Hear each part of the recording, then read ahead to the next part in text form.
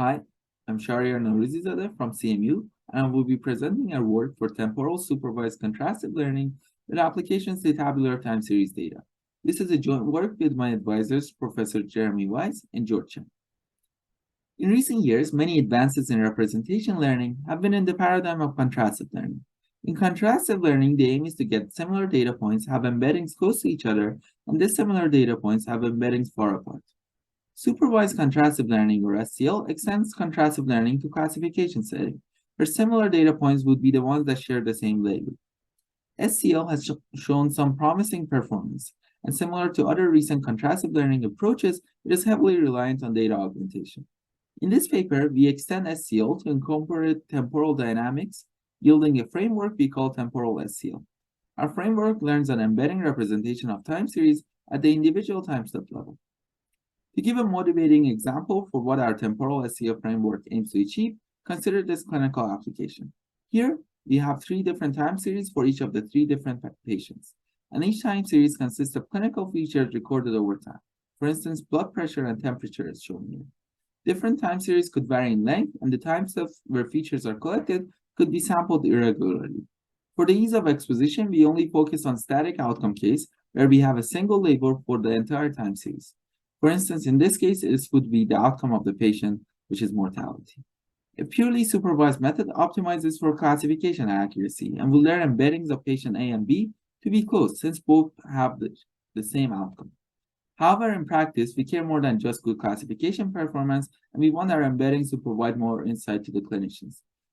As an example, how a clinician plans treatment for patient A and B could be different, as they have different patient characteristics, even though they share the same predicted outcome.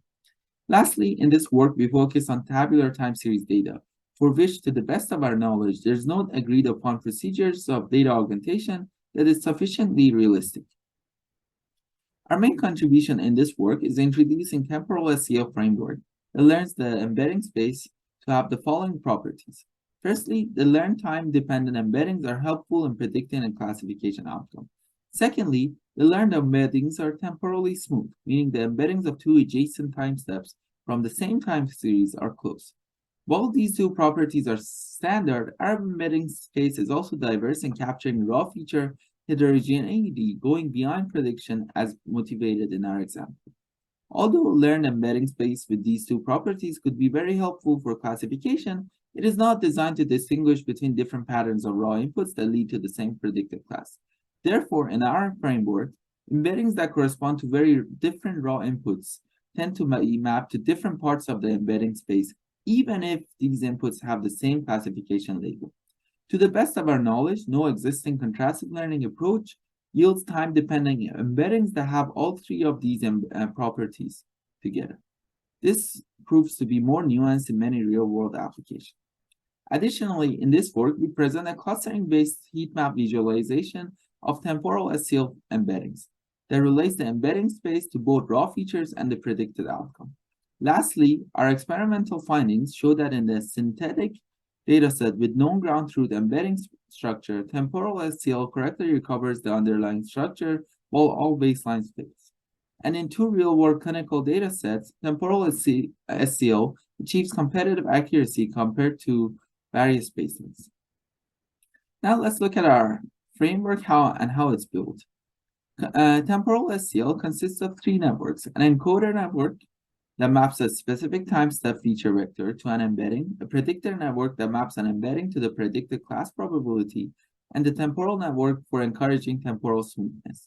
In the interest of time, I will only focus on the encoder and the temporal networks. Similar to original SCR, our encoder maps the raw feature vector onto a unit hypersphere. And here we do this for feature vectors at each time step, which we call snapshot. In the original SCL, the positive or similar pairs for the contrastive learning loss were selected to be all the points with the same classification label and included the augmented data.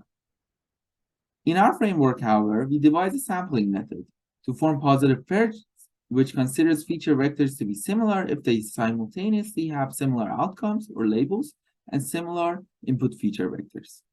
Essentially, as illustrated in the animation on the right, we pick a snapshot at random perform a nearest neighbor search among all other snapshots with the same classification label, and find a set of similar snapshot pairs.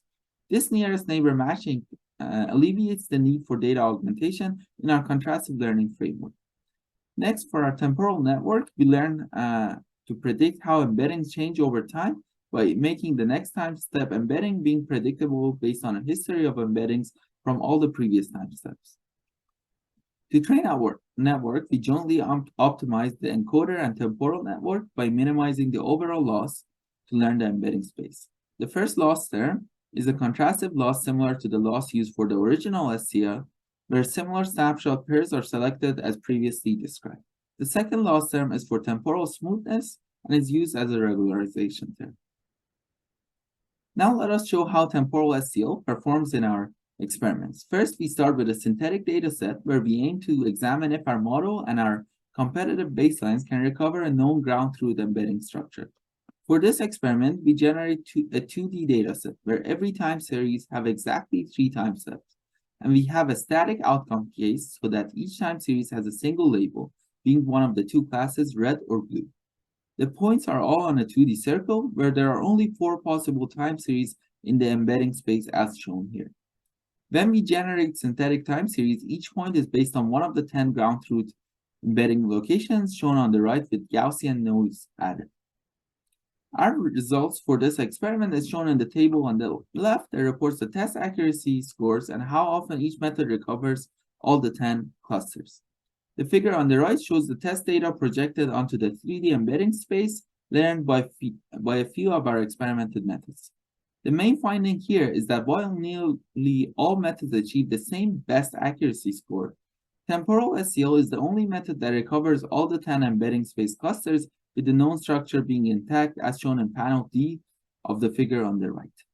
This shows that our framework achieves our desired properties of embeddings being predictive, incorporating temporal smoothness, and being diverse in capturing raw feature heterogeneity.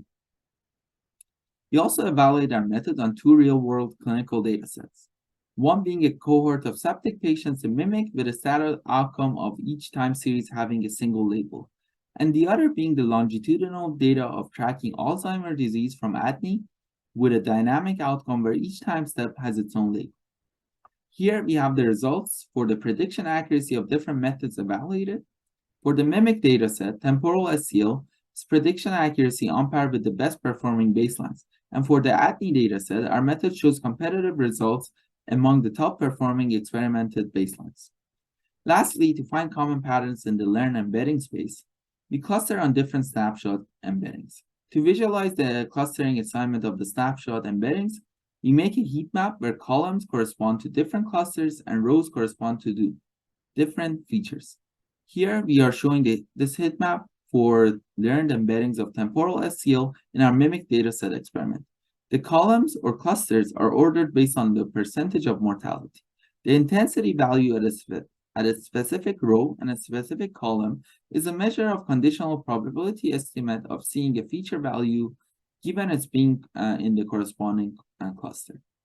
We can readily see how features vary across clusters. For example, we find that our model shows higher values for AST, lactate, and ALT to be associated with a higher risk of death. This finding aligns with the sepsis clinical literature, where these biomarkers have high correlation with increased mortality. Importantly, here we see that there are 2 clusters that have fractions of death close to each other, but have different patient characteristics. This shows that features are heterogeneous between clusters with similar risk, which highlights our model's capability in going beyond risk stratification and providing clinical insights for identifying phenotypes that have homogeneous risk. In conclusion, we presented an extension of supervised contrastive learning to handle temporal dynamics.